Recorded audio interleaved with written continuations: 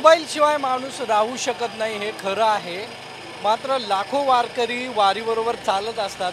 वारीमध्ये अनेक वेळा मोबाईल जो आहे तो चार्जिंग करण्याची सुविधा कुठं नसते। मात्र आपण जर पाहिलं तर काही वारकरी जे आहेत ते सध्या चार्जिंग करताना पाहायला मिळत आहेत। राज्यमंत्री आहेत इंद्रनील नाईक यांनी ही चार्जिंग व्यवस्था जी आहे ती उपलब्ध करून दिलेली आहे।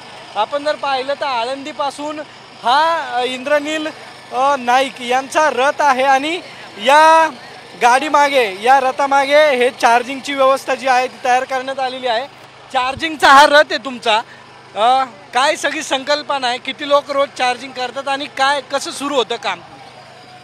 महाराष्ट्राचे आराध्य दैवत विठुरायाच्या दर्शनाच्या ओढीने लाखो वारकरी दरवर्षी आळंदी ते पंढरपूर पायी प्रवास करतात। महाराष्ट्रातील सर्वात मोठ्या या सांप्रदायिक सोहळ्यामध्ये जर वारकऱ्यांना जर कोणती अडचण असेल तर ती आहे मोबाईल चार्जिंगची।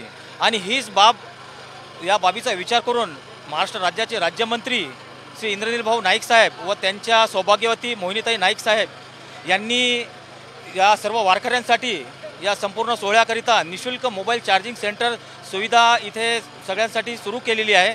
यामध्ये सध्या तरी आम्ही दररोज 3000 लोकांना या सुविधेचा लाभ देत आहोत। प्रायोगिक तत्वावर चालू झालेल्या या सुविधेचा भविष्यात अजूनही मोठ्या प्रमाणात या वारकऱ्यांना याचा नक्की किती वारकरी तुम्ही वारकरी म्हणून काय अडचणी ती नेमकी?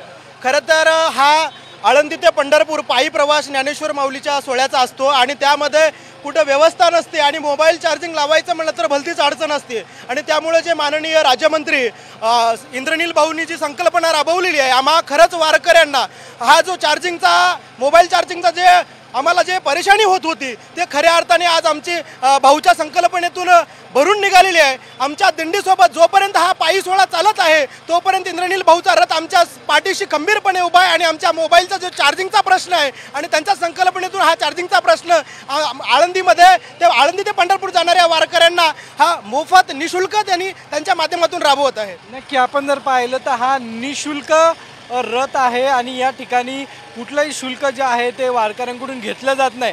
मात्र जोपर्यंत मोबाईल चार्जिंग होत नाही तोपर्यंत वारकरी या ठिकाणाहून उठत नाही आणि मोबाईल चार्जिंग करून वारकरी जो आहे तो पुढे असतो। रोज 3 ते 3500 वारकरी या रथाच्या माध्यमातून आपले मोबाईल चार्जिंग करत असतात। कॅमेरामन सुमित भोसलेसह सागर, साम टीव्ही, जेजुरी। देश विदेशातील प्रत्येक घडामोडींचे लाईव्ह अपडेट मिळवण्यासाठी आता साम टीव्हीच्या सर्व सोशल मीडिया प्लॅटफॉर्मला लाईक, फॉलो आणि सबस्क्राईब करा। तसंच सर्व नोटिफिकेशनसाठी बेल आयकॉन प्रेस करायला विसरू नका।